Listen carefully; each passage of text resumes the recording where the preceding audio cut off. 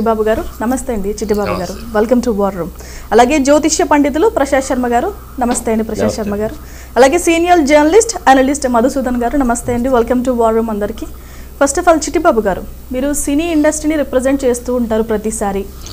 ఇక్కడ జరిగిన సభా విధానం కానీ లేదంటే అక్కడ జరిగిన వ్యాఖ్యలు కానీ వాటి గురించి బ్రీఫ్గా మీరేం మాట్లాడతారు? అనంత శ్రీరామ్ అధిక ప్రసంగం అని మాట్లాడతారు. అది అధిక ప్రసంగం. కర్ణుడు వీరుడా సూర్యుడా అనే ఆయన ప్రశ్నించే స్థాయి, ఆ స్థాయి కానీ ఆ ఇది కానీ అతనికి ఉందని నేను అంగీకరించట్లేదు. ఎందుకంటే దానవీర సూర్యకర్ణ తీసిన రామారావు గారు ఆయన అవపోసన పట్టినవాడు పురాణాలు. అవపోసన వీళ్ళకి దూరం నుంచి తెలుసు, నాకు దగ్గర నుంచి తెలుసు. మాకు ఆయనకున్న బంధం, మా నాన్నగారు ఆయనకు రాసిన సినిమా, ఆయన ఎంత పట్టుందో ఆయనకి పురాణాల మీద, హిస్టరీ మీద అనేది మాకు తెలుసు, బాగా తెలుసు. అంత అవపోసన పట్టిన ఆయన దానవీర సూరకర్ణ తీసి ఆయన ఏదో రాజ్యం ఇస్తే దానం అయిపోయిందా, ఈ పిచ్చివాగుళ్ళు ఆయన తన శక్తిని మించి తను ఊహించుకుని మాట్లాడటం.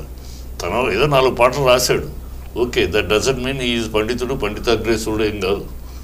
పురాణాల గురించి అవపోసన పెట్టి పురాణాల గురించి తను ఒక స్టేట్మెంట్, కమిట్మెంట్, ఒక స్ట్రాంగ్ చెప్పగలిగిన సమర్థుడని నేను అంగీకరించట్లేదు.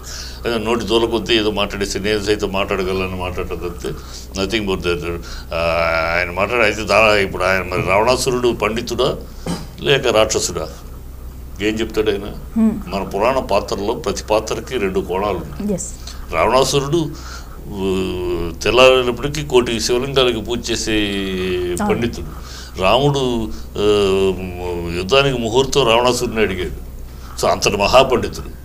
మరి రాక్షసుడు కదా, ఏది ఏ కోణంలో చూస్తే ఆ కోణంలో చూసినప్పుడు అతను గొప్పతనం. చిట్టిబాబు గారు, అంటే చిన్నప్పటి నుంచి చెప్తూ ఉంటారు మహాభారతంలో మనకి ప్రతి సమస్యకి సొల్యూషన్ దొరుకుతుంది.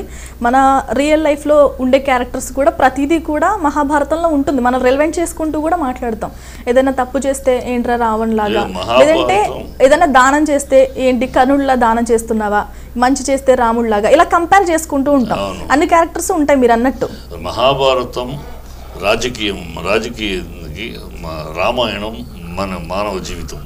ఈ 2 పురాణాలు, 2 జీవితాలు మనకు నేర్పింది ఏంటంటే, రామాయణానికన్నా ఒక కుటుంబం, ఒక వ్యవస్థ, కుటుంబ వ్యవస్థ. ఒక బిడ్డ తండ్రితో ఎలా ఉండాలి, ఒక భార్య భర్తతో ఎలా ఉండాలి, ఒక తమ్ముడు అన్నతో ఎలా ఉండాలి, ఇలా కుటుంబ వ్యవస్థలో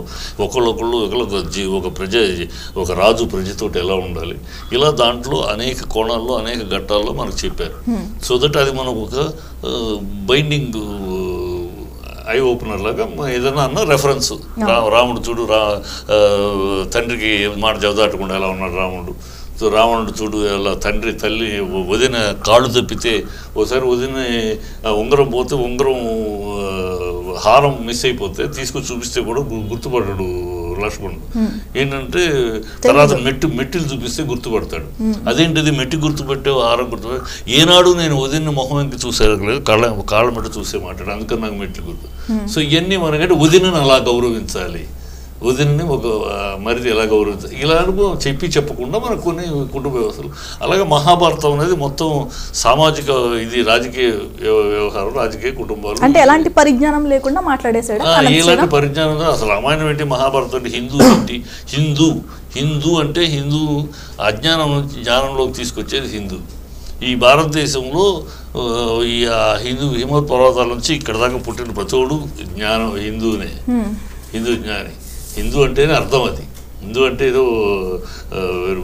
హిందూ మతం వేరు, హిందూ ధర్మం వేరు, సనాతన సంస్కృతి వేరు, సనాతన సాంప్రదాయం వేరు. సనాతన సాంప్రదాయం 2 మిక్స్ చేసి మాట్లాడేస్తున్నారు ఇవాళ. అది వేరు, ఇది వేరు. హిందూ ధర్మం వేరు, సనాతన సాంప్రదాయం వేరు. హిందూ ధర్మంలో సనాతన సాంప్రదాయాలు మొత్తం దీంట్లో లేవు.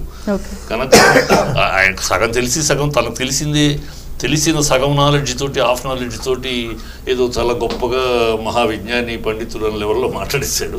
అది అధిక ప్రసంగం ఖచ్చితంగా. ఎక్స్పెక్ట్ చేసి ఉండకపోవచ్చు.